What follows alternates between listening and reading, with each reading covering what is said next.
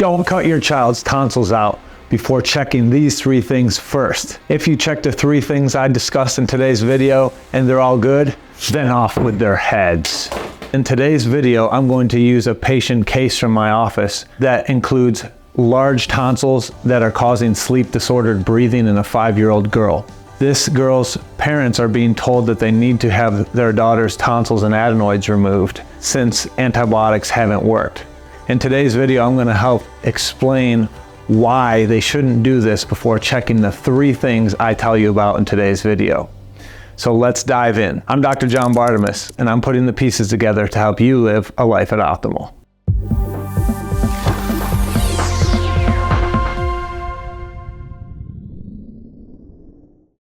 All right, so let's dive into the case. But before we get there, please hit that subscribe button and click the notification bell so that you can get other immune system saving videos for you and your child as I post them. What are tonsils?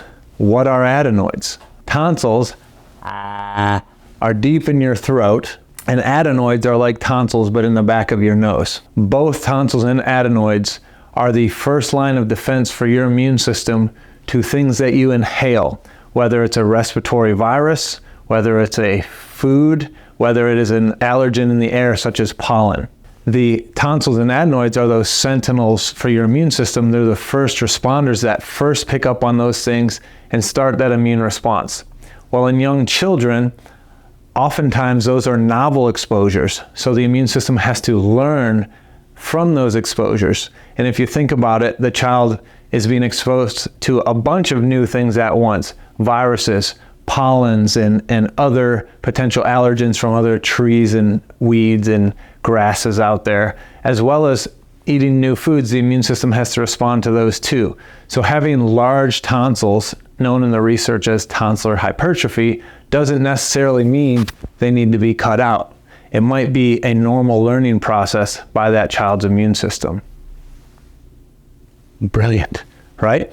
So we don't want to cut them out without first doing some investigation. But the most common treatments by your ENT are first antibiotics. And if those don't work, and if they don't work repeatedly, then they say, cut them out. The problem with that, as you'll learn today, is that respiratory viruses or viral infections are very common in the tonsils. Check out the research. And it's often asymptomatic in these children. So if you go remove these tonsils and adenoids, you may be, because the antibiotics didn't work, you may be premature in doing that. So what 3 things should you check before having your child's tonsils and adenoids removed? 1, you need to check their immune system in the blood. So 1, you need to check the child's complete blood count with a differential known as the CBC diff in your doctor's office. 2, you need to check your child's serum vitamin A level. And 3, you need to check your child's serum vitamin D level via 25-hydroxy-D3. Those 3 things absolutely must be checked because they are key in viral defenses, promoting an antiviral immune response for your immune system. And if they're lacking, then your child's tonsils are large, not because they need to be removed, but because your child is lacking nutrients needed to promote an optimal antiviral immune defense. Let's start with the complete blood count. The complete blood count includes your white blood cells, your red blood cells, your hemoglobin, your hematocrit, your platelets, and then the differential has the breakdown of your different white blood cells that make up your complete white blood cell count. All right, so I'll put the 5-year-old girl's CBC with differential here, and you can see that up high, her white blood cell count is normal and even optimal for my functional medicine range. So if your doctor sees a normal white blood cell count on your child, they're going to say she's not infected. Why? Because an acute infection shows up on the white blood cell count as a lab high white blood cell count. And unless it's lab high, the doctors don't typically do anything. So here is a normal white blood cell count on this patient. And so this could lead the doctor to saying she's not infected. We don't know, let's take them out. But the key is the differential a little bit lower, and I've highlighted it for you. And in this patient, this 5-year-old girl, you can see that she had lab-high lymphocytes and lab-high eosinophils, okay? What are lymphocytes? The first thing you should think of when you see lab-high lymphocytes is a viral infection. When you see lab-high eosinophils, that's an immune response at a hollow space somewhere inside you. It could be sinuses. It could be anywhere in your ENT. It could be lungs. It could be gut. It could be bladder. It could be skin. Okay, so high eosinophils tell us somewhere in a hollow space this child has an immune response. Well, this particular 5-year-old girl we know about in this video is having large tonsils. And the research says that large tonsils often are due to respiratory infections. And respiratory infections are viral often. 2017 study found that 57% of children with large tonsils that were studied had one or more respiratory virus present. As shown here on this patient, she had a normal white blood cell count overall, but the lymphocytes and eosinophils are lab high, so that's screaming an asymptomatic or subclinical viral infection.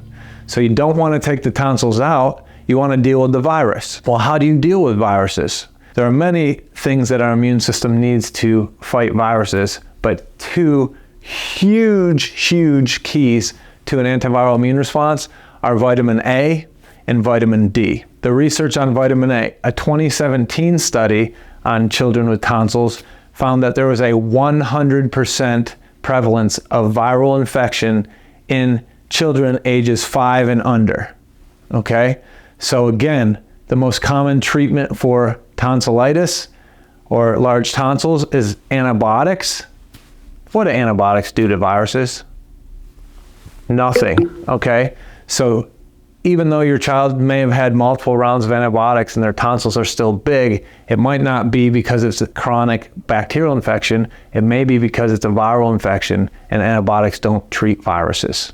That same 2017 study that found 100% of children age 5 and under had asymptomatic viral infections in their tonsils also found that those children had lower vitamin A levels, and low vitamin A leads to increased detection of viruses. So you have an inverse relationship between vitamin A and viral detection. If your vitamin A is low, there's increased viral detection in that study. That reinforces the importance of vitamin A as an antiviral nutrient. You need vitamin A to kill viruses. A 2020 study on children with tonsils found high expression of viral protein 1 in the children's tonsils.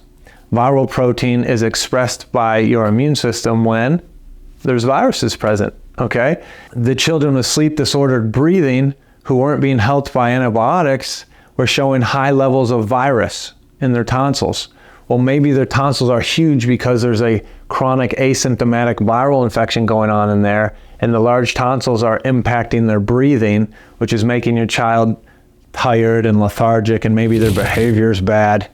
But the answer maybe isn't to cut out their tonsils. Maybe the answer is to check their vitamin A and get that up if it's too low so that they can fight a virus. In my patient, here's her vitamin A level, lab low. Okay, so she's checking 2 of the 3 boxes so far for things that we don't want to see that drive large tonsils. The third thing is vitamin D status.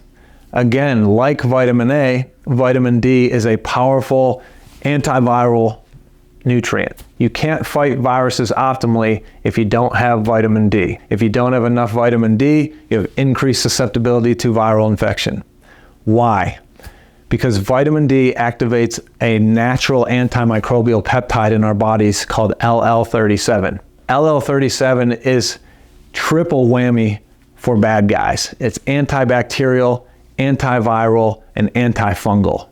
It'd be more efficient and healthier for you to check your vitamin D level and get it up if it's low so that you can promote that LL37 production in the killing of microbes. It would also be more beneficial for you and your child to get the vitamin D up if it's low, because beside being antiviral, vitamin D promotes dopamine, promotes bone health and muscle health. It keeps barriers tight, not leaky. It does all kinds of other things physiologically for us. So we don't want to have low vitamin D. My 5-year-old patient that we've been discussing in this video, here's her vitamin D, lab low. So how are we doing? Okay, let's wrap it up. We've got a 5-year-old girl in my office with large tonsils and sleep disordered breathing or sleep apnea.